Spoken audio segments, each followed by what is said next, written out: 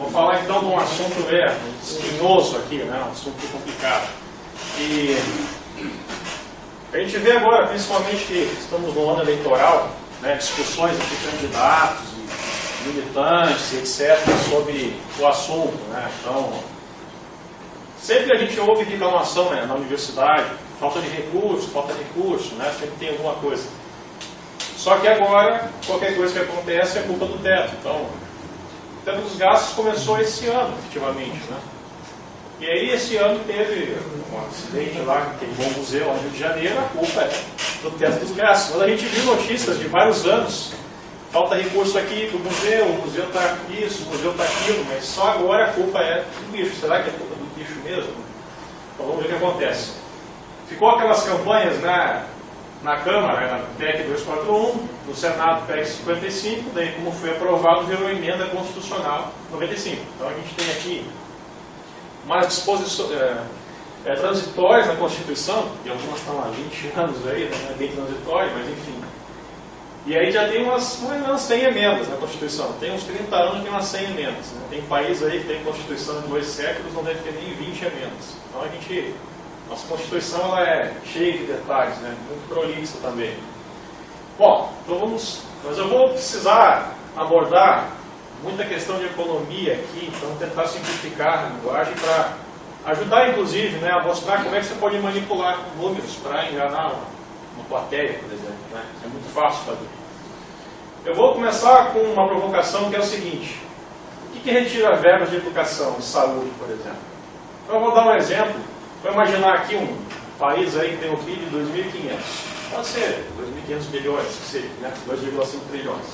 2.500 é o PIB.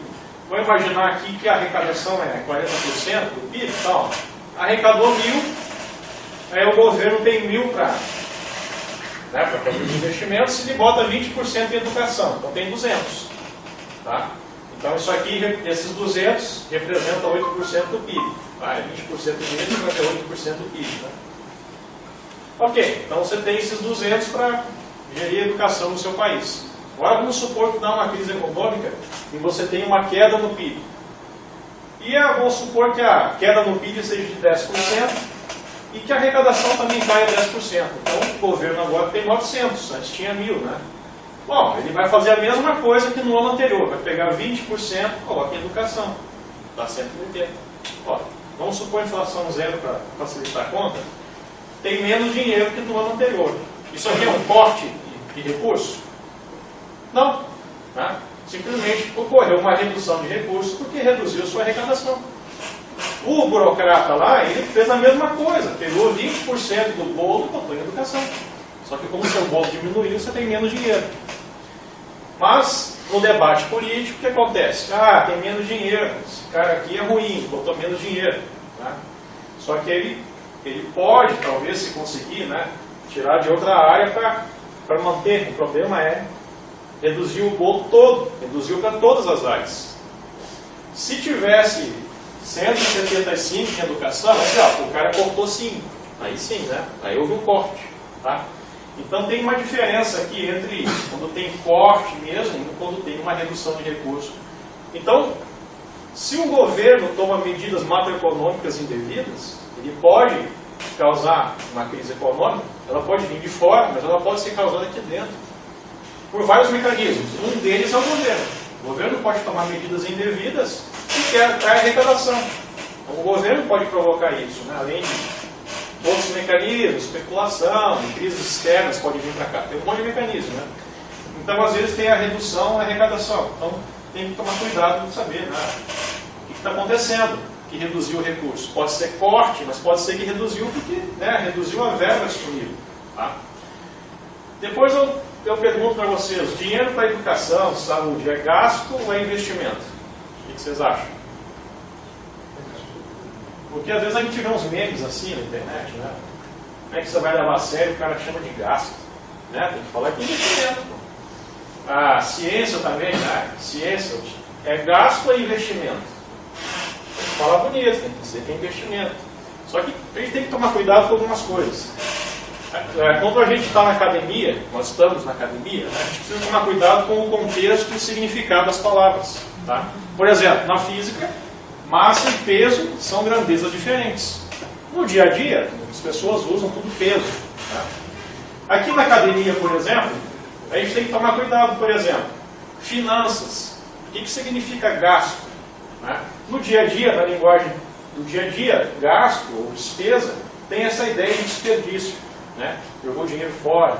Só que no contexto das finanças, chama de gasto tudo que aparece na tua planilha. Você ganhou um salário de R$1.000, você vai utilizar tantos para comida, tantos para aluguel, isso é chamado de gasto. Não quer dizer que está jogando fora. É que a palavra significa o quê? Você alocou aquele recurso para aluguel, alocou o recurso para comida. Tá? Então o que acontece? No contexto das finanças tem um significado. Quando alguém usa essa palavra nesse contexto, tem gente que entende. No outro contexto, ele dá bagunça. Principalmente no debate político. Né? O cara fala, não, o governo gastou 300 bilhões de educação, e outro já vai lá, em vez de tratar do tema, já vai atacar o outro. Ah, está dizendo que é gasto, o cara não gosta das pessoas, não gosta da educação. Aí começa, né? Desvia o assunto. É a mesma coisa, por exemplo, na área jurídica. Quando o juiz se declara incompetente, quer dizer que o intelecto do cara é limitado, quando o cara se declara incompetente é porque às vezes ele tem uma ligação com uma das partes e ele não deve julgar aquele caso. Então, incompetente no jargão jurídico tem um certo significado, que não é o mesmo que se usa no dicionário do dia a dia. Tá? Portanto, nas finanças, despesa, investimento é uma despesa, é um gasto. Tá? Então, ó, todo investimento é um gasto, mas nem todo gasto é investimento. Na área das finanças, investimento tem um propósito específico. Então, ele é um gasto com um propósito específico. Tá? Por isso que, por exemplo, tem algo que é mais importante que saúde e educação? Por exemplo, será que a alimentação é mais importante? Eu posso ficar sem me alimentar por pouco tempo, né? Eu posso não ir para a escola nunca e viver 90 anos, mas se eu não me alimentar, então talvez a alimentação venha primeiro, né? E aí quando vocês vão fazer uma compra na padaria, vocês dizem que estão investindo dinheiro na padaria? Estão investindo dinheiro no supermercado? Estão investindo dinheiro lá no RU? Vocês estão gastando dinheiro. Quando está gastando dinheiro ali, significa que está jogando dinheiro fora? Não. Simplesmente na sua planilha está, sei lá, essa aqui é a minha verba para comida. Então, você diz que a sua despesa com comida é R$500, R$300. Tá? Veja só, por exemplo, um padeiro. Se você disser que vai investir dinheiro na padaria, eu vou entender que você deve ser sócio da padaria. E aí você vai lá, vai ampliar, comprar maquinário, que você quer aumentar a produção para tentar ganhar mais dinheiro. Normalmente investimento está associado, às vezes, né, que você aloca o recurso para tentar obter mais recursos. Tá? Por exemplo, na padaria, quando o padeiro compra farinha, essa é a despesa dele corrente. Quando ele compra maquinário, isso é chamado de investimento. Tá? Porque daí isso tem a ver com o futuro, né, que ele vai tentar produzir mais, etc. Tá? Então tem esses detalhezinhos, que às vezes o cara fala despesa, o outro já vai atacar a palavra. Aí o contexto de uso que é diferente, só o significado. Só para tomar cuidado. Mas nas finanças públicas, inclusive, tem termos já. Investimento é o que? É uma despesa.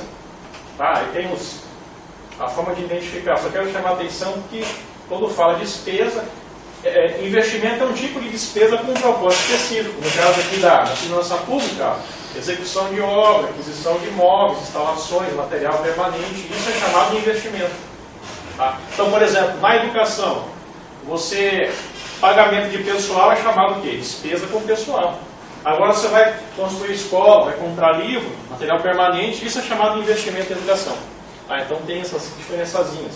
No contexto do dia a dia você fala, vamos investir em educação, é investir no futuro. Legal. Mas quando alguém usa a palavra despesa, o cara pode estar no jargão das finanças. É bom tomar cuidado então. Né? É a mesma coisa se alguém falar assim, ó, aquilo ali é vermelho, e o outro fala, não, aquilo ali é escarlate. Tá?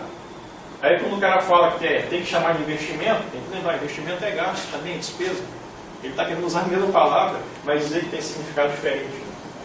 Então tem vários detalhes. Né? Eu tenho ouvido só chamar atenção antes que a gente vai falar de teto de gastos, né? Eu já vi várias conversas, às vezes de corredor, de colegas, dizendo assim, tem vários projetos que surgiram depois do impeachment, né? Então aconteceram por conta do impeachment. Né? E as coisas não é bem assim. Por exemplo, o Escola Sem Partido, a gente já discutiu no grupo, que nós entendemos que é mais intervenção estatal, não é bom. Então tem vários grupos de pessoas que são contra a Escola Sem Partido por razões diferentes. Né? porque para nós aqui, isso aqui pode ser usado para, né, fazer a tal da mordaça por um lado, mas para o outro também. Né? Isso é complicado. Mas enfim, o escola sem partido é algo que vem do legislativo, e depende de quem está na presidência da República. Legislativo, senadores, deputados propuseram isso, o presidente pode votar, o Congresso pode derrubar o veto, por exemplo. Então isso aqui depende do impeachment, porque estava surgindo na sociedade, e tem vários, nos legislativos estaduais e municipais, pessoas estão propondo isso daí. Né? Não depende do impeachment. Né?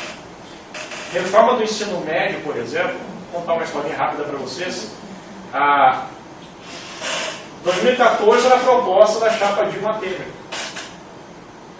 Mas olha só, em 2013, um deputado do PT de Minas Gerais, ele propôs um projeto de lei que era de reforma do ensino médio. E esse deputado aqui, em 2011, ele estava debatendo a reforma do ensino médio com o pessoal da UBS, Movimento Estudantil Secundarista.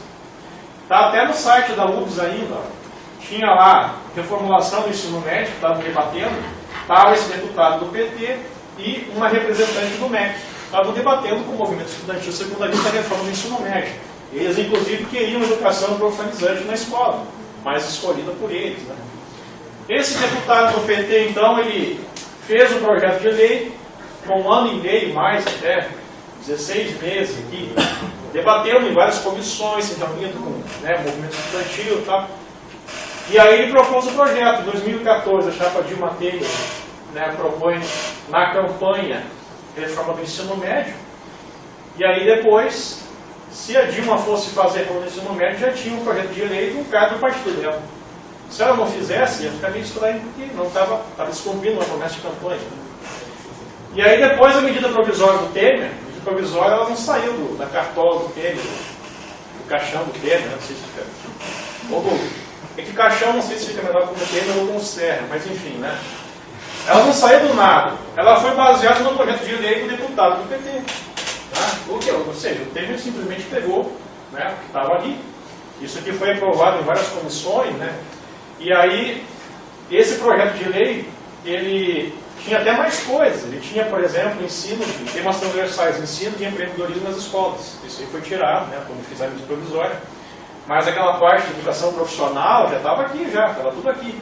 Então não é uma coisa que surgiu do nada, em 2016, surgiu a medida provisória. Isso vem de longa data, né? Da discussão de uma pessoa lá, no movimento estudantil. Só para mostrar que não surgiu assim, depois do impeachment, fizeram a reforma do ensino médio, já vem de longe isso. Né? Até eu queria mostrar rapidinho para vocês que isso é uma proposta, tá? Da chapa Dilma Temer. Só para dar uma ideia para vocês, durante a campanha, lá em 2014, a campanha de 2014, você tem, por exemplo, isso aqui, ó, uma proposta dos candidatos. Claro que precisamos fazer uma grande reforma no ensino médio, começando pelo currículo. É preciso implantar uma mesma base curricular para as escolas de ensino médio, pois só assim será possível estabelecer metas e prazos a serem cumpridos. Também é preciso repensar o seguinte: hoje o aluno do ensino médio tem 12 matérias, que já é bastante excessivo.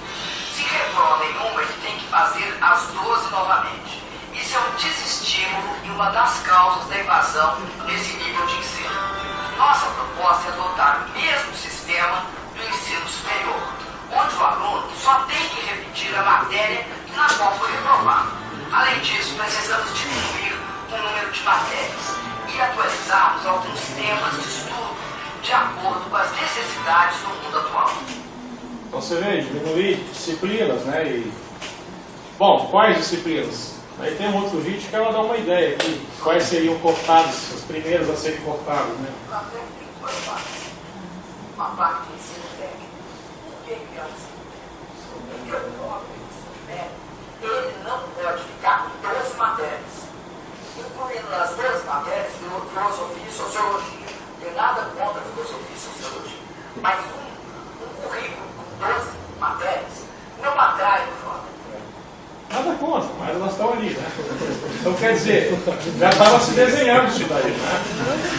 Então, você vê que isso já vinha de longe. Então, quer dizer, você tinha assim o governo de Dilma Temer, que já tinha certas direções, né? Você pode mudar o capitão ali, mas não, já está mais ou menos aquilo ali. E os técnicos, que são funcionários públicos concursados, eles estão trabalhando nessas coisas. Tá? Então você vê que a coisa não é tão simples de chegar e dizer assim, só aconteceu por conta do impeachment, não, está mudando. Tá? Assim como também outras...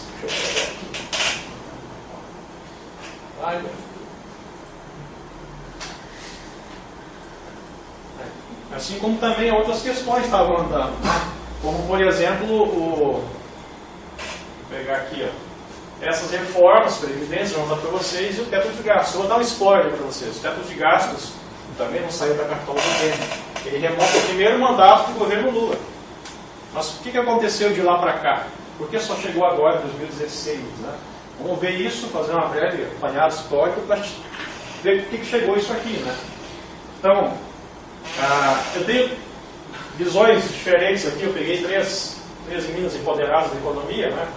Já que a professora não pode estar aqui com a gente na mesa, né? Mas tem economistas com visões diferentes. Né? Laura Carvalho, ela escreve para a Folha de São Paulo. A Mônica Libori tem um livro bacana, A Borboleta Azul. Né? A Renata Barreto trabalha mais, escreve para alguns sites também, trabalha mais no mercado. Né? Então, tem cada uma tem uma visão diferente sobre vários assuntos, inclusive na época, teto de gastos, 2016, aquelas discussões. Né? Só para dar uma ideia. Bom, isso aqui circulou nas redes sociais, né? O COFECOM, o Conselho Federal de Economia, manifestou-se contra, né? E aí, pô, ele representa 230 mil economistas, então o cara estava discutindo, colava isso aqui, ó, cala a boca, você não é economista e tal. Acontece que se você for ali na faculdade de economia, no curso de economia, perguntar para os professores se eles se sentem representados pelo COFECOM, acho que todos vão dar risada. Isso aqui é mais propagandismo. E a parte que não contaram, olha só, o CORECON, o COFECOM é ligado pelos CORECONs, né, dos estados. Ele se manifestou favorável. E o CORECON de São Paulo tem mais economistas inscritos no país. Significa que todos de São Paulo são favoráveis? Não, é só a opinião da diretoria. Né? Outra, tem a OAB, né, no direito, que é equivalente ao CORECON aqui na economia, mas tem uma outra, porque aí o pessoal não tem divisões diferentes, eles fundaram uma outra instituição, que é a OEB, a Ordem dos Economistas do Brasil. Também se manifestou em apoio, na época, né, até 241. Então um é contra, o outro a favor. Para mim isso não quer dizer nada, eu não sou economista, mas o Marcelo devia estar aqui. Para muitos economistas isso não quer dizer nada, porque se você olhar dentro do COFECOM, eles faziam debates entre economistas que são contra e favoráveis. Né? E ninguém lá no COFECOM, no debate, dizia, pô, o COFECOM fez isso, a nota, a maioria é contra. Não, os caras iam debater tecnicamente o assunto. Né? Mas isso aqui, para os militantes ficarem nas redes sociais brigando, claro, ficaram só sabendo dessa, mas não ficaram sabendo dessa e nem dessa. Né? Mas enfim, normalmente, conselhos de profissão não representam os profissionais. É muito comum encontrar isso, médicos reclamando, né, do CIMERS aqui, por exemplo, do Conselho Regional, advogados reclamando da OAB, até nós, a gente não tem isso na física, a gente tem a Sociedade Brasileira de Física, já aconteceu de lançar uma nota à imprensa sobre um certo assunto, só que lá no nosso boletim interno quebrou o pau, né? Mas ninguém sabe disso. Né? Então isso daqui é mais, às vezes, são instituições mais politiqueiras do que realmente trabalhar pela profissão. Bom, feita essa introdução, vamos ver como é que a gente chegou até aqui, números e quais são as alternativas, né, a esse teto que foi. Eu vou começar um livro básico de economia, né, o Mankiw, né, professor de Harvard. Ele começa o livro dele, que o Santo Antônio falando, né, tem relações com economia doméstica, mas tem que tomar muito cuidado fazer comparação de finança pública com finança de uma família. Tem que tomar cuidado, porque o governo tem uma capacidade muito maior de endividamento e fazer muitas operações. Mas para simplificar, às vezes, até o cara da economia diz aqui, né, você pode fazer algumas analogias. Bom, breve histórico, então, eu tinha dito antes que o teto do gasto começou lá no governo Lula, no primeiro mandato. Como? Bom, alguns economistas estavam discutindo, né, observando as contas públicas, isso começou um debate acadêmico, há mais de 10 anos atrás. Porque às vezes acontece, né, numa área, pessoal, numa área restrita da academia, debate, às vezes leva 20 anos para aquilo cair na boca do povo. Há mais de 10 anos atrás estávamos discutindo, e inclusive estava conversando com o Marcelo, que é professor de economia, que vai dar uma palestra amanhã. Ele estava na UFPR nessa época, estava tem um trabalho que eu vou mostrar aqui, né? Ele trabalhou com esse pessoal aqui, ele estava lá quando estavam discutindo isso aqui, né? E aí o que acontece? Observando contas públicas, né, sobre a relação entre o aumento da despesa primária e o aumento médio do PIB, esse pessoal que é economista, ligado, inclusive um desses autores que é o Oreiro, né, ele é ligado, ele está às vezes ligado, apresenta agora com a campanha do Ciro Gomes, ele não é oficial, mas né, ele conversa muito com o Ciro Gomes. Ele é um cara progressista e ele, professor universitário, lá em 2005, 2006, eu já estava dizendo, deveria estabelecer um teto para a despesa primária. Na época, 17,5% do PIB, hoje em dia já está 20 e poucos por cento do PIB. Na época, o cara falando isso, tinha que cuidar, né? Eles tinham uma questão do déficit nominal zero, tomar cuidado com o aumento, né, do número de servidores públicos, né? Não fazer isso muito rápido, né? Então, os caras aqui, um paper é economista, funcionário público, progressista, assim, né? Não é economista do mercado, capitalista, malvadão, safado opressor, é um cara aqui da academia falando isso. Tá? E depois foi feito aqui um debate, eu achei aqui um material interessante, do IPEA, né, onde eles chamaram para fazer isso aqui em 2005, agosto de 2005. Aí chamaram os senadores, deputados na época, chamaram o Mercadante, o Delfim Neto, o Gereissati, né, várias pessoas tirando publicações aqui para discutir esse assunto. Né. Aí o Delfim Neto tem um artigo que ele fala, deveria entrar uma emenda constitucional como disposição transitória. Estavam discutindo a despesa pública num prazo de 10 anos, né, cuidar com as despesas aqui, a inflação, tá? E aí, o que aconteceu? Estavam discutindo isso, e isso entrou no governo Lula como? Os ministros, Paulo Bernardo, do Planejamento, e Antônio Palocci da Fazenda. Eles estavam discutindo isso, que envolve as contas públicas. Só que o que acontece? Vários meses, né, o pessoal discutindo isso na imprensa. Nessa época, estourou o escândalo do mensalão, né? Então, isso podia dar muito problema para o Lula. Então, o Lula já tinha se desgastado em 2003. Você vê, 98, 99, no governo FHC fizeram uma gambiarra na Previdência. Em 2013, o governo Lula fizeram outra gambiarra na Previdência. E aí a Dilma mexeu um pouquinho no servidor público agora em 2012 e estava começando a fazer a próxima gambiarra que teve a fazer a Previdência. Então o que acontece? Em 2013 tinha dado problema que gerou racha no PT, da onde saiu muita gente, que depois fundou o PSOL. O Lula se segurou bastante porque ele tem a CUT com ele, né? Então, como ele já teve um desgaste em 2003, que na Previdência eles começaram a cobrar Previdência de servidor inativo, é uma coisa muito esquisita, mas é porque é a gambiarra que tem disponível pela forma que é o nosso sistema previdenciário. A gente até pode fazer um debate aí, um dia, aí, 2, 3 palestras, uma outra hora, para discutir Previdência. Por quê? Porque qualquer que seja o presidente vai falar em reforma da Previdência no próximo ano. Então prepare, que é a vizinha que vai ter no UFPEL provavelmente. Né? Se prepare. Então, antecipando isso, a gente pode fazer o mês que vem, fazer um dia assim, né, 2, 3 palestras, discutir reforma da Previdência. Por quê? Porque tem uma série de detalhes que eu vejo pessoas que são contra a favor, daí eu pergunto, como é que é isso? Como é que se faz para calcular o rendimento? Os caras não têm ideia de como é que funciona a Previdência. Mas os caras querem ser contra, o outro quer ser a favor, eles não têm ideia de como é que funciona. Então, a gente pode fazer um evento aí, debater. O Marcelo já tem uma apresentação pronta da Previdência, já tem também uma coisa, né?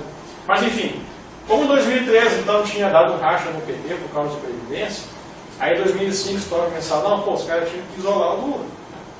E aí, o teto de gastos, independente de quem seja o presidente, ia dar sempre desgaste. Né? Porque no debate político a razão fica de lado e a emoção que entra. Né? É muito fácil. Uma frase mentirosa, às vezes é preciso de vários parágrafos para você desmentir. Né? Então é complicado. Então ia ter desgaste. Então o que eles fizeram? Bom, o Palocci também estava se complicando com aquelas consultorias. Né, e tal. Então, vamos fazer o seguinte, vamos pegar a Dilma que está na Casa Civil, vamos deixar o Lula de lado, a gente não associa com o Lula, a gente pega a Dilma para a Dilma dizer não para o Palocci. E depois o Palocci caiu. Né? Então daí você enterrou. Por quê? Porque nessa época estava acontecendo, né, a alta das commodities, então estava entrando recurso, você tinha um ajuste pela receita. Que dava para segurar mais um pouco.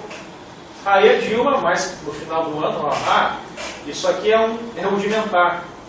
Aí, ok, vamos deixar quieto, depois o Palocci, né, foi exonerado, então aí, vamos estancar. Mas o Paulo Bernardo, que era ele também estava querendo levar o teto de gastos para o governo. Ele é marido da Gleisi Hoffmann, que agora é contra o teto de gastos. Não sei como é engraçado, né? A posição que a pessoa está. Bom, só que curiosamente, a Dilma tinha chamado isso de rudimentar em 2015, tira da gaveta.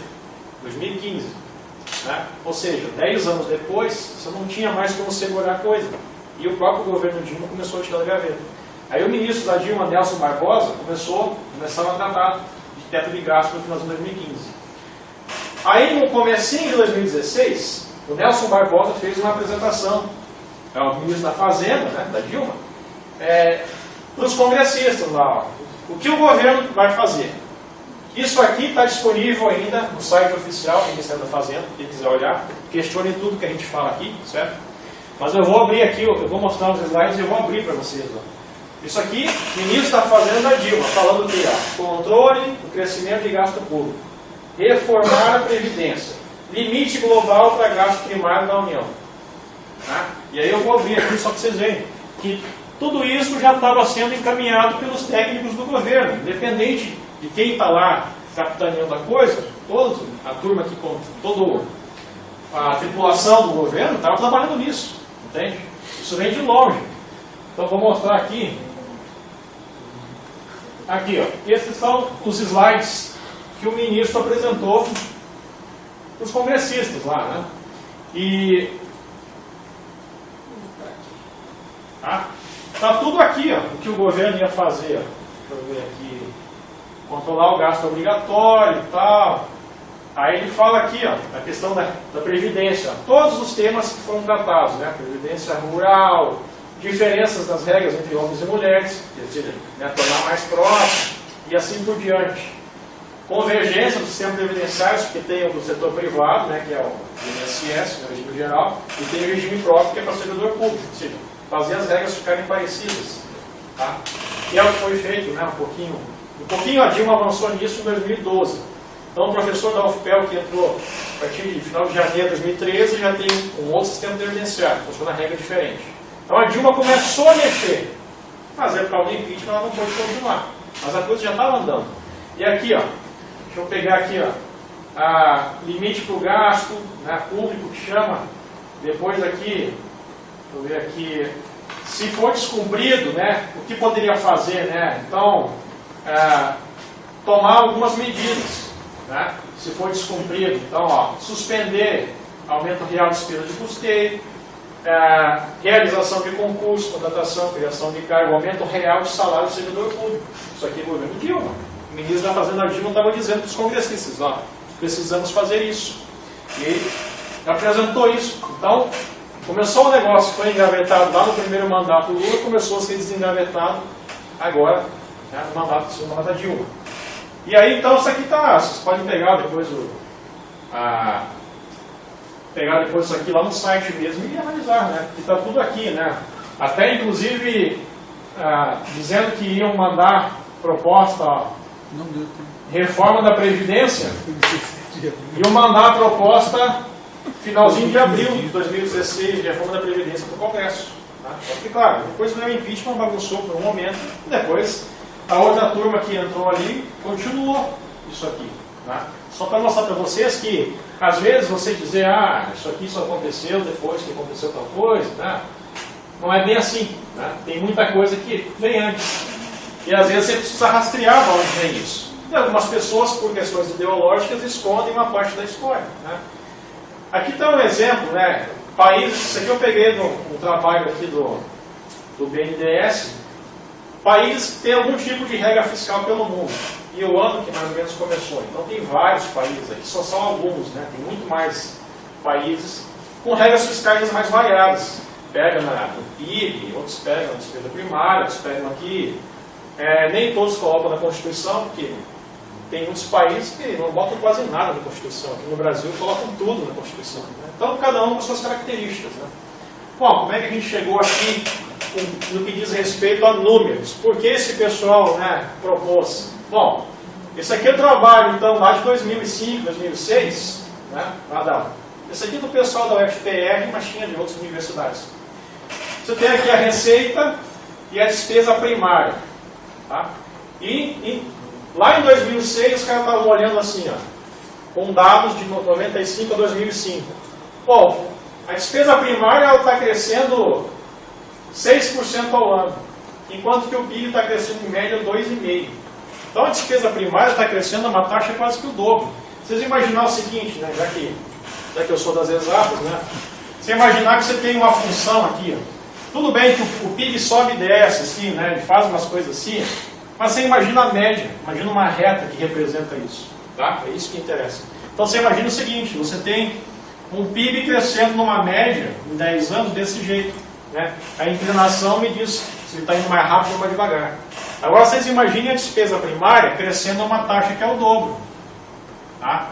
A despesa primária que contém a previdência, a despesa primária tem verba que o governo usa para fazer estrada, infraestrutura, alguns programas sociais e etc. Né? Então, por exemplo, se a tua despesa primária está crescendo mais do que a tua entrada, uma hora isso vai colapsar, vai dar problema. Só que, claro, a entrada estava crescendo junto, o problema é que assim, essa aqui, eles vão crescendo juntos, só que esse cara aqui está crescendo um nível mais rápido. Então, uma hora isso vai dar problema. Os caras já estavam identificando isso, né, há 10 anos atrás, dizendo, isso aqui no futuro vai dar problema. Tem que fazer alguma coisa. Os países desenvolvidos, né, o Brasil hoje, a despesa primária está em torno de uns 20, 22% do PIB. Né? Países desenvolvidos está em 40 e poucos por cento do PIB. Então, tem que aumentar a despesa primária. Só que ela não pode aumentar uma taxa muito mais rápido do que o PIB. Esse é que é o problema. Então, o teto de gastos se propõe a mexer nesse mecanismo aqui. Qualquer pessoa que diz que tem uma proposta ao teto de gastos e que não mexe nessa relação entre crescimento médio de despesa primária e crescimento neto do PIB, não é uma alternativa ao teto de gastos. Pode ser uma coisa legal ser implementado, mas não é uma alternativa ao teto. Ou seja, vai resolver um pouquinho agora, depois vai estourar. Entende? Essa que é a questão. Então, o teto de gastos, resumidamente, é isso. Ele se propõe a mexer nessa relação entre despesa primária e crescimento médio do PIB. Tem uma série de medidas que você pode fazer, mas que a escala não atende aqui. Só um exemplo, por exemplo. A educação, o dinheiro para a educação é 300 bilhões. Aí você pensa assim, o auxílio moradia dá 1 bilhão. Não, 1 bilhão não é nada perto de 300. É claro que eu prefiro que esse dinheiro, esse 1 bilhão, seja colocado em educação do que no bolso desses caras. Né? Só que você tem que ter ideia. Se você botar 1 bilhão num bolo de 300, não vai mudar muita coisa na educação. É claro que eu prefiro ver na educação um ônibus melhor para algumas crianças do que está no bolso desses caras. Só que você tem que ficar claro que se você botar assim, 1 bilhão mais na educação, não vai mudar nada. O IDEB não vai mudar nada em muita coisa. Isso que é por causa de uma questão de escala. Não é que não tem que fazer. Certo? Então, tem certas coisas que você tem que fazer, mas que não vão mexer aqui, por exemplo. Tá? Então, não é alternativa, mas é óbvio que tem certas coisas que você tem que fazer. Tá? Aqui, então, a gente pegar agora, ali eu tinha mostrado dados que os caras estavam discutindo de 95 a 2005. Agora eu tenho aqui até 2008, né? Olha só. Com previdência o negócio vai subindo. Com o pessoal crescendo direto. Né? Daí você tem as despesas discricionárias que o governo pode escolher assim. Né? Mas em geral é tudo subindo. Então, o que o governo brasileiro tem feito é o quê? Arrecadar para gastar. Arrecadar para gastar, arrecadar para gastar. E aí, por quê? Porque a gente tem uma mania de achar aqui que a gente está protegendo as coisas fixando valores na Constituição. Isso é uma mania do Brasil. Por quê? Outros países não têm mínimo constitucional para a educação. Porque todo ano os caras vão no Congresso deles lá e discutem a verba para a educação.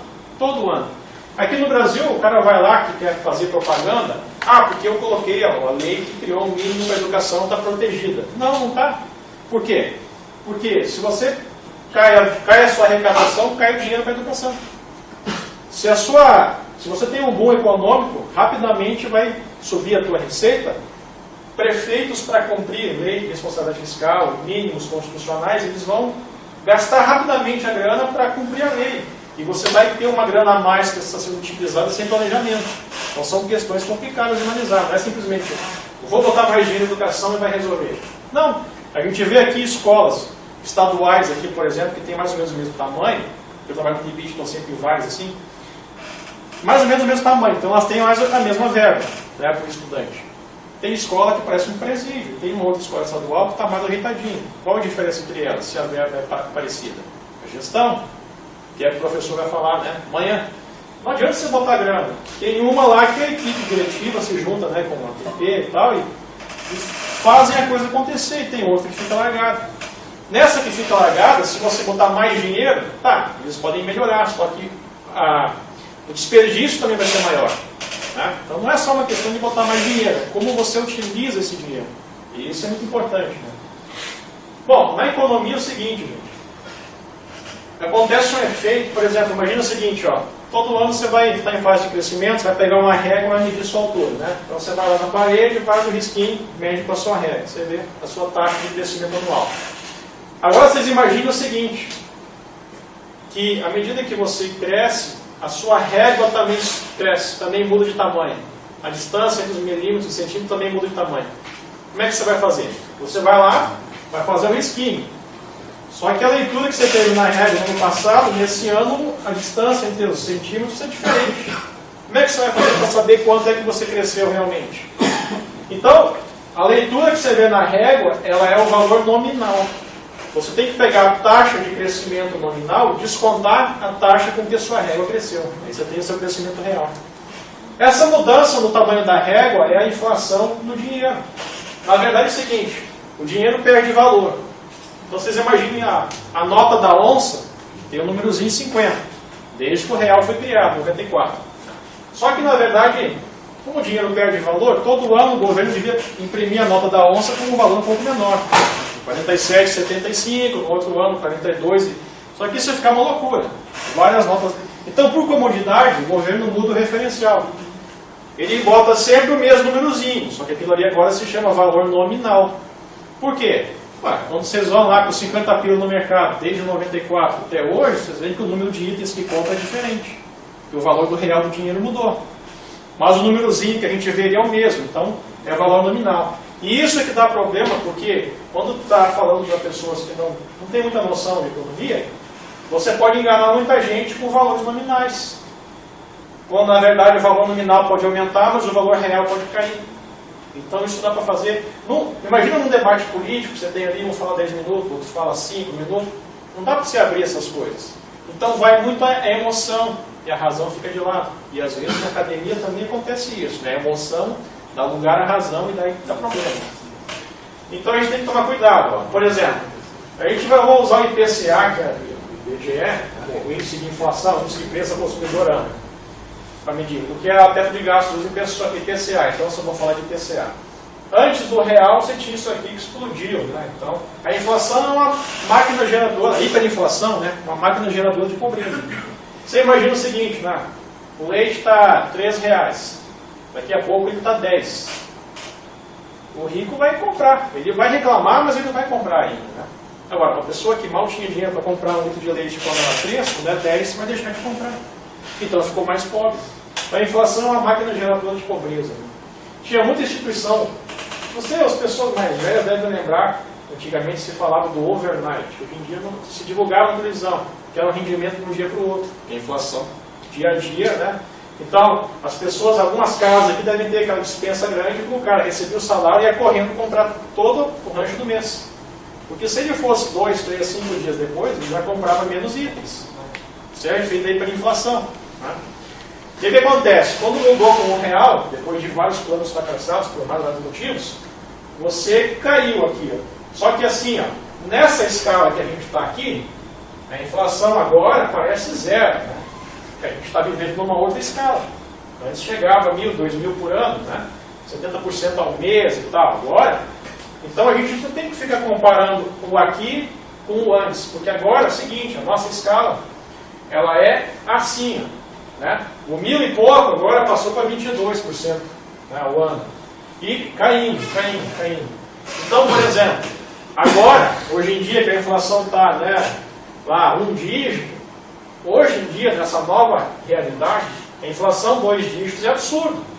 Mas o cara pode falar, mas em 94, 95 era isso. Tá, mas aquilo ali, você tem aqui, ó, o negócio sobe e desce, mas o que interessa é você fazer um ajuste, né? Imagina essa inflação aqui, ó, ela faz uma coisa assim, ó, tá? Então, ó, passa o tempo, ela vai caindo. Pode ser que mude de governo aqui, ó. Mas a tendência de queda, o cara entrega para o outro. Então é natural que ela continue caindo. E talvez não caia tão rápido, mas é natural que ela continue caindo. Pode subir um pouco, tá, mas a média segue. Né? E aí, o que acontece? Nós já estávamos acostumados aqui com 5 e pouco por cento ao ano. De repente, em 2015, saltou para quase 11%. É um absurdo, porque olha só, você 11% quase de inflação, você volta aqui mais de 10 anos no tempo. Né? É muita coisa para isso aqui agora. Ah, antes era 20 e pouco, sim, mas já é muito lá atrás. A nossa escala agora é aqui, ó, é inflação de um dígito. Eu não posso comparar com antes, que era 1000 ou quando era 50. Não, agora é a inflação de um dígito. Tá? Então, em 2015, começou alguma coisa estranha. Tá? Aí você vê assim, ó, a inflação foi caindo. Depois ela subiu um pouquinho, no efeito Lula, a eleição, né? Voltou a cair e depois subiu de novo, né? No final aqui. Então, começou a dar alguma coisa. Eu vou usar agora essa ilustração para dar uma ideia para vocês de valor nominal e real. E eu vou pegar essa ideia aqui, pegando essas briguinhas que tem entre tucanos e petistas, né? E a gente está há uns 20 anos nisso daí, começou em São Paulo, passou para o plano federal. Mas eu vou dar uma ideia assim, vamos pegar cada militante que quer defender o seu presidente, né? Como é que ele pode usar os números para falar mal de um, falar bem do outro. Então, salário mínimo, 70 pila 95, terminou 2002 com 200. 2013, 240, e com 2010. A pessoa, aí o militante, ele pode falar, tá vendo? Ó, 240 é mais que 200. 510 é mais que o outro, meu presidente é melhor que o seu. Aí o outro militante, não, mas olha só, daqui para cá variou 180 e poucos por cento. Daqui para cá variou menos, ó, meu presidente é melhor que o seu. Só que isso aqui é nominal. A gente precisa olhar a inflação acumulada no período, ó. A inflação acumulada. Apesar do crescimento nominal aqui no FHC ser maior, a inflação também foi maior. Tem que descontar um do outro para ver como é que fica. Se você usar esses valores, ó, o crescimento real ficou parecido nos dois governos. O crescimento real do salário mínimo, os trabalhadores ganharam. Só que é claro que você começa lá de baixo, ele vai crescendo. Lá para frente, ó, porque ele vai estar maior. É como se uma pessoa faz uma pilha de muro, né? Um tijolo, vem o próximo e bota mais um. Ele não fez tudo, ele fez aqui em diante. Né? Então aqui, ó, o crescimento real foi parecido nos dois governos. Agora, assim, ó, você pode argumentar, não, mas o Lula pegou com 200 e depois ele aumentou com 240. Se você mudar de 240 para 200, aqui, olha só, salta para 60. Então daí, com esses números, se você escolher, o governo Lula cresceu mais que no FHC. Mudou o númerozinho, já muda a sua análise. Mas tem uma outra forma de você encarar isso aqui. Você pode pensar, 70 pila o salário mínimo, o que o cara fazia com 70 pila? Mas é porque, quando fala de dinheiro, tem que colocar uma etiquetinha junto, a data que esse dinheiro se refere. R$70 é em reais de 95. O que uma pessoa... A gente está acostumado com reais de 2018. Então, por exemplo, R$70 em reais de 95 equivale, na média, a uns R$350 em reais de dia de hoje. Ou seja, o que a pessoa fazia com 70 pila lá é o que a gente faz hoje com 350. Então, o salário mínimo hoje está quase R$1.000, né, mais ou menos. Ele não saltou de 70 para R$1.000. Isso é valor nominal. O valor real dele saltou de 350 para 1.000. Mudou nem 3 vezes o valor real. O valor nominal mudou 14 vezes. Então, se eu falar o valor nominal, o cara, 14 vezes. Não, foi 3 poder de conta. Só que isso aqui, ó, quem é que tem ideia disso? Tem um monte de detalhes no meio, né? Então você engana facilmente. Se eu mudei um númerozinho aqui, ó, o do FHC ficou maior. Aí eu mudei um númerozinho ali, ó, o do Lula ficou maior, o Lula valorizou mais. Não, para mim não interessa, o militante que pode ser. Os donos dos partidos estão juntos devendo, mas os militantes estão se matando aí na rua. Mas olha só, então se eu pegar esse número, o do Lula valorizou mais. Mas aí o cara quer falar bem do FHC. Eu pego o salário mínimo como PIB per capita. Ó. Ele cresceu bastante no FHC, ele cresceu menos no Lula.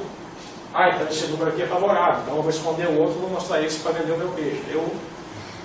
Aí se você pegar assim, ó, o DIEESE ele divulga lá o salário mínimo essencial, que ele chama, né? Que é o valor que ele deveria ter, segundo o DIEESE, para cumprir o que tem na Constituição. Aí deveria ser agora uns 3 mil e pouco. Se você dividir o salário mínimo essencial pelo o valor que ele está, que é nominal, ó, de 95 começou em 10, a diferença vai caindo. Caiu um pouco mais rápido aqui no FHC, caiu não tão rápido no Lula. À medida que você vai chegando mais embaixo, ele tem que cair mais devagar mesmo, né? As coisas vão saturando. O problema é que aqui no governo Dilma estacionou. O número de cestas básicas, por exemplo, você consegue comprar com salário mínimo, ele meio que estacionou. E começou a ter problema econômico, né? Mas ó, o que me interessa aqui é que em 16 anos a coisa foi melhorando, né? Nesse aspecto, o ganho real nos dois governos. Ah, mais um, menos o outro, aí depende do número que você vai escolher. Tá? A gente pode fazer a média aqui. E aqui, só para mostrar para vocês, assistência social. Ah, quem fez mais menos? Não me interessa, o que me interessa é isso aqui. Ó. Você passou de... Em 8 anos o FHC botou 0,6% do PIB e o Lula botou quase mais 0,6% do PIB. Então você vai ajudando mais pessoas. Então você vai construindo... No período de 8 anos, os dois fizeram coisas análogas, subindo, construindo essa escala. Agora, quem ajudou mais gente ou menos, vai depender do bolo, do PIB que você tem disponível. Tá? Quando você teve aqui nos anos 2000 aqui, o aumento do preço internacional dos commodities, entrou bastante dinheiro no Brasil. Se o seu PIB mudou 3 vezes, é natural que você ajude 3 vezes mais pessoas. Para mim é natural. Não é porque o cara é mais bonzinho, é porque tem mais dinheiro disponível no bolo. Tá? Aqui você vê o Gini, por exemplo, né? Desde 97 ele vem caindo e ó. Então, você pode pegar vários dados. Na década de 70 caiu mais do que no FHC e no Lula. Então na década de 70 fez mais. Né? Só que agora aumentou aqui por causa de problema econômico. Então a gente tem que ver agora várias questões. Deixa eu pular isso aqui para mostrar um dado interessante para a gente chegar em detalhes do teto. Né? Em 95 e 2002, olha só, o mundo crescia desse jeito. E a América Latina estava meio descolando do mundo. Mas o Brasil seguia a América Latina. Então o que acontecia no Brasil nessa época era o que acontecia na América Latina. E estava descolado do mundo. Olha só agora, nessa época, em função também da demanda chinesa, o mundo cresceu um pouco mais. Só que o Brasil e a América Latina colaram no mundo. Né? E aí, o que aconteceu então nesses dois governos, de novo, né, os militantes ficam... Aconteceu a mesma coisa, ó, eles estavam colados na América Latina. Aconteceu aquilo que acontecia na América Latina. A América Latina cresceu porque você tem vários países crescendo nessa época a um ritmo parecido. O que acontece é que aqui, ó, começou a crescer, o Brasil começou a decair aqui, ó, 2011, enquanto outros países continuaram crescendo. Aconteceu uma coisa diferente. Nessa época aqui, ó, o Brasil descolou do mundo e da América Latina. Então, aqui e aqui, né, o Brasil e a América Latina estavam andando, né, com os vizinhos. O problema chegou aqui, ó, aqui começou a destoar de todo mundo. Aqui começou a dar problema. Então, aqui você conseguia ainda engavetar, né, o plano do controle de gastos. Né? Aqui você não consegue mais, por isso começaram a desengavetar a coisa. Tá? E aí, então, você tem o seguinte, né? Começou, então, despesa primária. Por quê? A despesa primária, você precisa do seguinte, né? A gente tem um problema aqui, ó. Deixa eu passar aqui. Só para mostrar. Cadê você aqui? Desce. Dívida, a dívida pública, ó. Nessa época, em 2016, 2014, o Brasil estava aqui com uma dívida de 70 e poucos % do PIB, né? Enquanto que a média dos emergentes era 44%. Já estava meio deslocado. Né? E essa dívida começou a subir, de repente, né? Começou a subir aqui, ó, 2012, né, 13, começou a estourar aqui, ó, tendência para 80% do PIB. Alguns países conseguem manter dívida 100, 120% do PIB. Né? Os emergentes estavam 44%. Tá? E o Brasil começou a estourar. Então, se você olhar a diferença entre a receita primária e a despesa primária, né? Eu tinha mostrado antes, os caras estavam até 2005 discutindo assim, ó, aqui já tem problema. Aí você segue 10 anos depois e aconteceu mais um problema assim, ó. Eles ficaram juntos, depois inverteu. A sua despesa é maior do que a sua receita. A partir de 2014 ferrou tudo, porque aí o que acontece? Você agora não está, a sua dívida está estourando. E aí você não está nem mais tendo dinheiro para programa social. Como é que você mantém programa social? Pega o dinheiro emprestado para manter o programa social. E aí, o custo de aumentar a dívida. Então, você começou a ter esse problema. Ó. Então, o teu resultado primário, ó, desde 2004, ele vem caindo, ó, caindo. Mas quando chegou em 2011, ó, pá, começou a cair. Então, aconteceu alguns problemas aqui de 2010 para 2011, que não aconteceu no mundo. Vocês viram que o mundo estava crescendo legal, ele estava legal. Aqui no Brasil, aqui, ó, e ficou um déficit negativo, olha só. E a gente está aqui agora, déficit negativo. Então, a gente está ferrado, por isso que propuseram, não, vamos tirar, e déficit nominal também, ó. A despesa total, ela ficou maior aqui, ó, 2012, nominal ficou maior, na primária também, né, a nominal ficou maior, a despesa em relação à receita, então começou a dar problema, aí explode a dívida. Tá? E aí você tem projeções do que pode acontecer nos mais variados cenários, com e sem teto de gasto. Então começou a ter discussão, olha só os vizinhos do Brasil na dívida aqui, ó. Tamanho da dívida, quem são os vizinhos, né? Então você vê que o Brasil realmente tem um problema aí. A gente voltou no tempo em muitas coisas. E aí o que acontece? Deu essa queda, né, na economia, queda no PIB negativo, significa o quê? Tem menos gente produzindo, menos gente vendendo, menos gente tendo, né, condições de comprar, vender, então demissão, desemprego, né? Cai a arrecadação, menos dinheiro para todas as áreas. Tá? E aí, você então precisa fazer alguma coisa, tem várias opções, né, que surgiram para você controlar isso. Né? Imagina aqui que você tem o seu teto, né, o seu salário líquido. Aí você tem o seguinte, eu quero tomar mais cerveja. Mas você não pode mexer no aluguel, na alimentação. Então o que você faz? Você corta no café. Né? Corta no café, bota na cerveja. Então você tem um teto, só que o seu teto não significa que cada área aqui tem um teto. Significa que você pode aumentar uma desde que você tire de outra. Tá? Basicamente é isso. Ó. Imagina que você tem uma família aqui, ó. Tem aluguel, alimentação, remédio, empréstimo, financiamento. Isso aqui é sua despesa obrigatória, você não pode mexer aqui, né? Não pode cortar aqui. Então, você tem que tomar cuidado aqui em relação ao seu teto para você, né, manter essa parte financeira. Então, por exemplo, ó, o teu resultado primário aqui, ó, 650. Então, o seu 1.000, sua arrecadação menos a despesa primária te dá o resultado. No caso aqui, ó, você consegue pagar suas dívidas e ainda sobra um pouco. O caso que tem acontecido com o governo é que essa pilha aqui está maior, né? A pilha da despesa está maior do que o que ele recebe, por isso que começou a ficar negativo e por isso que a dívida estourou. Então como é que você vai controlar isso? Daí foi proposto. Né?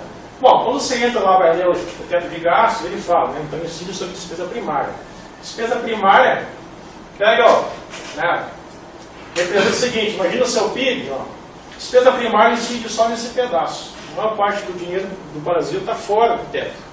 Isso aqui eu não conto para vocês, né? A maior parte da grana está fora. Tá?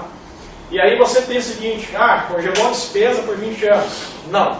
Primeiro que não congela. Né? É só o crescimento da despesa primária que é corrigido pela inflação. Cada areazinha pode crescer acima da inflação, desde que outra você corta o cafezinho dos caras lá e bota numa área essencial. Você pode, a partir do 10º ano, rever a correção, pode botar acima da inflação. E depois do 10º ano, cada mandato presidencial pode mudar uma vez. Então tem 3 mudanças ainda pela frente. Se der errado esse teto do gasto, é uma emenda constitucional, você vai lá e revoga. Acabou. Se daqui a 5 anos não está legal, revoga. Tá? Aqui, por exemplo, tem um caso, né, com a saúde. Né? Depois eu vou mostrar aqui. Vou mostrar onde o teto de gastos não incide, porque foi feito muito terrorismo, né? Fundeb, Fundo de Manutenção e Desenvolvimento dos Funcionários, Canal de Educação dos Professores, FIES, ProUni, Salário de Educação e etc. Não incide teto de gastos, está fora. E tem muito professor que fez, na universidade privada, fez terrorismo com os alunos, vai ficar sem isso. Olha só, lá no MEC, o FNDE, onde tem vários programas, qual é o financiamento? Ó? Não tem nada a ver com receita primária. Ó. Loteria, royalties de petróleo, juros bancários e etc. Receita patrimonial, quando o governo recebe dinheiro de aluguéis e etc. Isso é receita desse cara, não tem nada a ver com o teto. O Fundeb, o FIES, esses caras, você vai ler essas leis aqui, ó, você vai ver como é que eles são financiados esses programas. Nenhum deles tem teto de gastos. O FIES, como é que ele é financiado? Né? O FIES o cara paga, né? O ProUni é para quem tem renda familiar per capita, né? Até um certo valor. Quais são as receitas do ProUni? Ó? Isenção do imposto de renda, pessoa jurídica, contribuição social sobre lucro líquido, etc. Várias receitas. Ó. Nada disso tem teto de gastos. Tá? Tá aqui na lei, é só ler. Tá? E aí você tem ainda o dinheiro federal, que o teto de gastos é só na grana federal. Mas tem uma parte federal que é complementação com DEG que está fora do teto de gastos. E eu vou mostrar isso para vocês na planilha. Então, por exemplo, na educação, ó, a grana para a educação, vou pegar, isso aqui são dados de 2016, né? 370 bilhões.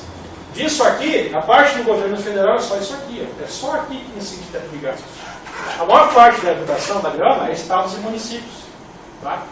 E aí você tem, então, um pedaço disso aqui, na verdade, no governo federal tem um pouco mais de dinheiro, mas só um pedaço aqui incide o teto de gastos. Saúde é a mesma coisa. A maior parte da grana da saúde está fora, só aqui que incide o teto de gastos. Tá? E aí o teto de gastos fez uma coisa. Uma emenda constitucional 86 de 2015, ela tinha mudado a grana para saúde. E tinha estabelecido no artigo 2, né, uma escada aqui, ó, até 2020. No teto de gastos, ele revoga o artigo 2º dessa emenda aqui anterior. Aí ele pegou esses 15% e jogou lá para 2017. O teto de gastos, ele ampliou o recurso, né, inicialmente, né, para a saúde. Né. E aí você pega aqui, então, ó, a parte pública é só aqui que incide o teto de gastos. Mas o dinheiro total para a saúde do país, a maior parte dele é privado. Né. Você pega o dinheiro total e um pedacinho aqui que incide o teto de gastos. Então você tem que cuidar com valores reais e nominais. E eu vou fazer agora, vou assumir um cenário falso, que é o que o pessoal fala, né, que congela. Vamos assumir que congela e ver o que dá. O teto de gastos ele só incide na esfera federal. Então de cada R$100, 20% é do federal e 80% dos estados e municípios. Vou assumir então que está congelado a grana federal. E aí vou assumir uma arrecadação média de 3%. Com a inflação zero para facilitar a conta. Olha só, dinheiro federal está congelado. Estados e municípios entrou esse aumento de verba. 3% de 80 dá 2,40. Então, ó, somatório, aumentou a verba para saúde e educação. Mesmo se tivesse congelado a parte federal. Só que isso não acontece, não está congelado. Tá? Mas mesmo no pior cenário, aumentou a grana. Como é que é isso? Congelou como? Tá? Agora o que acontece, olha só, aqueles mínimos constitucionais estabelecidos, está aqui, ó, né, em azul, e aqui em cinza, eles colocam sempre um pouco a mais em educação, o equivalente para a saúde, tá? Ano após ano.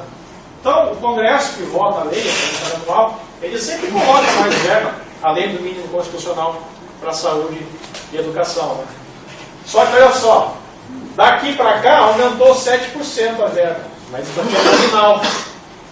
Porque a inflação que ficou descontrolada, que deu 11%, na verdade, se você pegar o valor real, esse negócio devia estar diminuído aqui. Só que aí o cara bota nominal, por quê? Pô, está aumentando, sem inflação. Se você botar real, caiu. E é o que aconteceu. Você pega aqui, por exemplo, dinheiro para educação, ó, caiu. Dinheiro para saúde, caiu. Só que eu não vi ninguém fazer movimento nenhum na universidade por causa disso. Começaram a reclamar por outras coisas. Né? O que o teto de gastos fez aqui com a educação? Eles pegaram um valor maior do que a média e colocaram isso aqui. Ó. Aqui é o piso. O que o teto de gastos fez assim, para a educação e saúde tem piso. Abaixo disso aqui não cai. Mesmo que der problema na economia, porque do jeito que estava antes na Constituição, caiu a arrecadação, cai a verba para a saúde e educação. Agora não. Com o teto de gastos, ele estabeleceu piso para saúde e educação, aí não cai. Deu problema na economia, você vai cortar em outras áreas. Saúde e educação não passa disso aqui. Esse aqui é para educação, aqui para a saúde, né? Tá? Ficou maior do que a série histórica, e eles estão agora mostrar para vocês cortes na saúde sem teto de gastos. Ó. De 2006 a 2014, redução do número de leitos por mil habitantes. Isso é um corte, e ninguém fala nada. Tá? Ó, o projeto de lei que foi enviado para este ano, né, está em vigor, o piso, né, para a educação estava aqui. Ó. Os congressistas votaram mais 2 bilhões. O piso pela PEC, né, estaria aqui, ó. E eles botaram acima da inflação. O pessoal dizia que ia cortar, está acima. Ah, desculpa, aqui é saúde, né? Educação, ó, pelo teto de gastos, deveria estar aqui, ó, né, o mínimo, crescendo com a inflação. Eles botaram muito mais grana, acima da inflação. Por quê? Porque eles cortaram de outros ministérios, o Ministério Inútil tem 40, né? Eles cortaram de outros e jogaram para a saúde e educação. E aqui, ó, saiu agora, o orçamento está sendo votado, né, para o ano que vem, porque o teto de gastos tem que pegar na metade do ano, até junho, a inflação acumulada 12 meses, faz o projeto lá no Congresso para valer para o ano que vem. Já botaram, de novo, pegaram aquele mínimo corrigido pela inflação e colocaram acima. Está crescendo acima da inflação. Só que isso não divulga, porque dizem que congelou. Congelou onde? Né? Então aqui os valores. E é engraçado que eu peguei. Isso aqui, os caras que diziam, né? Se o teto for aprovado, vai acabar tudo. Aí tem um economista que publicou aqui, que o Nassim, né? O cara fez umas contas dizendo, pô, está tendo perda de 9 bilhões por causa do teto de gastos. Né? Só que os valores que ele dá aqui, ó, se você olhar o que está na lei, que foi mandado para o Congresso, ele diz o seguinte, ó, pela conta dele deveria ser 127 bilhões. E não é 100, está perdendo 9 bilhões, está perdendo, né? Pelas contas dele, seria bom se fosse 127 bilhões. Aí você vai ver o projeto de lei do Congresso, está quase 130, está bem acima do que o cara está calculando num cenário horrível. Né? Então, assim, os caras fazem uma coisa que quem não está ligado nos dados cai fácil. Né? Então, bom, eu teria que falar muito mais coisa aqui para cenários favoráveis, ruins e bons do teto de gasto, né? Previsões das mais variáveis. Né? E a gente pode ver aqui, por exemplo, o que seria, por exemplo, de críticas e alternativas, mas a gente pode deixar para discussão depois, né? O que poderia ser de alternativa ao teto de gastos? Né? Tá, eu tenho mais 15 minutos para falar, mas já excedi, eu vou deixar aqui para a gente discutir depois.